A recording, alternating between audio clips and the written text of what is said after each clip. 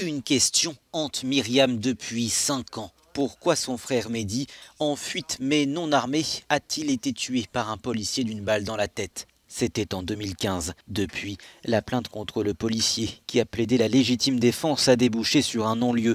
Mais la Cour d'appel de Lyon a finalement décidé de rouvrir le dossier. Un espoir pour Myriam, qui vit certains discours médiatiques comme une injustice.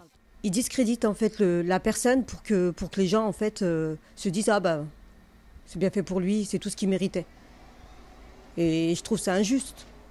On a voulu bâcler l'affaire. Pourquoi? Parce que c'était un jeune qui était en prison, qui a fait de la prison. Voilà. On veut les effacer. Et ça, non. Pour nous, c'est pas possible. Si mon frère aurait tué le policier, l'enquête, elle serait été bien faite. Il aurait pris 30 ans, voire plus. Alors nous aussi, on demande la justice. Mehdi Bouhouta, Adama Traoré, George Floyd, leurs noms sont scandés par des manifestants genoux à terre et poings levés à l'unisson pour en finir avec le racisme dans la société et au sein de la police. En France, cette violence n'aurait fait qu'empirer ces 30 dernières années. Ça fait 35 ans qu'on se bat.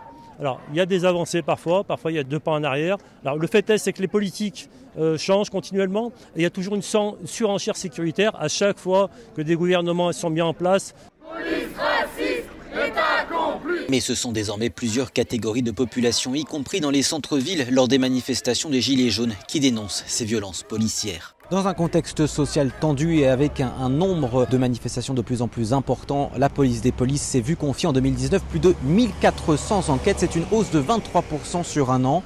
Et la moitié de ces enquêtes concernent des accusations de violences policières. Plaquage au sol violent, blessures dues à des tirs de flashball, des images ont choqué et certaines méthodes d'intervention de la police française sont décriées. Mais les syndicats de police réfutent toute impunité. Il n'y a absolument pas de couvercle qui soit mis aujourd'hui sur les manquements qui peuvent être opérés.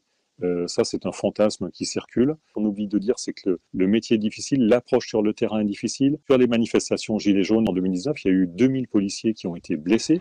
Si de nombreux manifestants sont conscients que les policiers ne peuvent être mis dans le même panier, l'institution cristallise des tensions sociales accumulées, un fossé qui ne cesse de se creuser.